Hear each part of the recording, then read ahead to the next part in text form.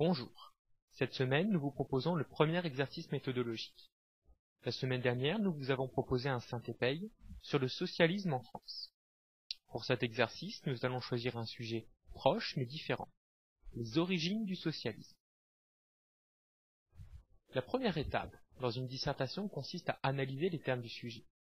Avant de rassembler au brouillon vos différentes informations, veillez à consacrer un temps précieux à cette étape de l'analyse des termes du sujet. Par exemple, pour les origines du socialisme, le mot origine doit être défini. Les origines peuvent correspondre dans un premier temps au début du socialisme, mais aussi aux causes du socialisme. Les débuts et les causes sont des synonymes des origines. Enfin, on peut esquisser un troisième sens, une troisième acception du terme origine, avec celui des origines géographiques du socialisme. Reste à voir si cette acception est pertinente, si ce sens donné au mot origine convient pour notre dissertation. Le terme socialisme doit également être défini. Le socialisme ne doit pas être confondu avec le parti socialiste. Le socialisme est une idéologie qui est née au XIXe siècle. Il faut donc prendre le sens que ce mot avait au XIXe siècle. C'est une nouvelle idéologie fondée sur la critique du capitalisme et de ses conséquences sociales. Cette idéologie a proposé de nouvelles formes d'organisation de la société.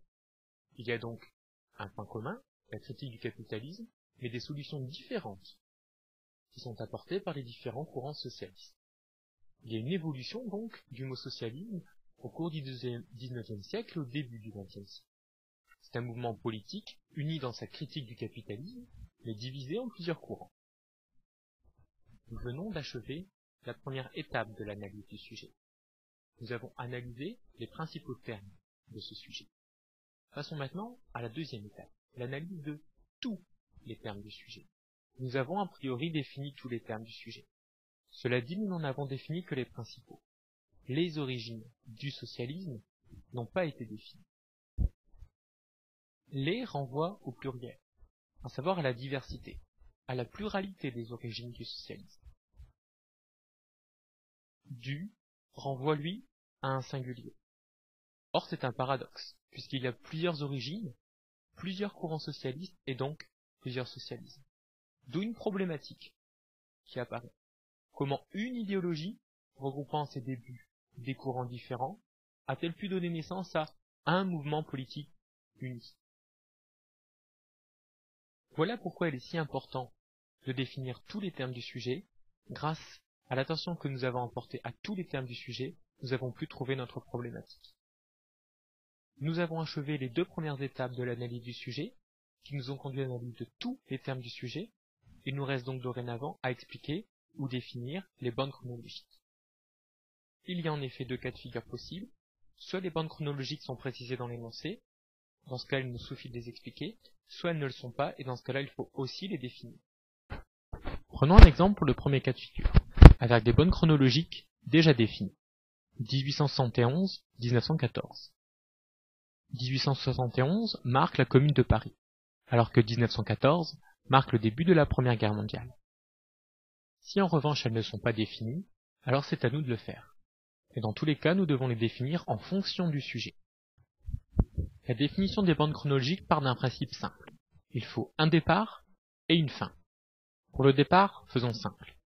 Ne remontons pas au calendrier grec, n'essayons pas non plus un quelconque trait d'humour. Le socialisme est né au XIXe siècle, suite à la généralisation de la révolution industrielle en Europe. Prenons donc le milieu du XIXe siècle pour point de départ. On peut même faire référence à Pierre Leroux, qui est le premier à avoir mentionné le nom de socialisme. Pour la fin, nous aurions pu penser à la création de la SFIO en 1905.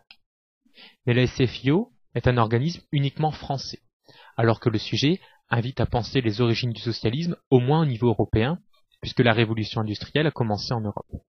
Les débuts de la Première Guerre mondiale, en 1914, n'ont rien de spécifique avec les origines du socialisme. En revanche, la prise du pouvoir en Russie par les bolcheviks en 1917 marque la rupture entre socialistes et communistes qui va peu à peu se généraliser à l'ensemble de l'Europe par la suite.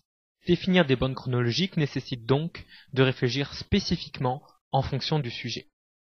Vous avez, je l'espère, compris que l'analyse du sujet était la partie la plus importante de la dissertation. et que les 10 premières minutes étaient essentielles pour réussir cet exercice. Récapitulons les différentes étapes de l'analyse du sujet. Tout d'abord, analyser les principaux termes du sujet. Analyser ensuite tous les termes du sujet, même les petits mots en apparence anecdotiques. Troisième et dernière étape, expliquer ou définir les bornes chronologiques. Maîtriser les différentes étapes de l'analyse du sujet nécessite un entraînement régulier. C'est pourquoi nous vous conseillons d'être très autonome dans votre travail personnel au sein du programme IEPUI. Des exercices réguliers vous sont proposés et nous conseillons vivement de les faire pour pouvoir progresser.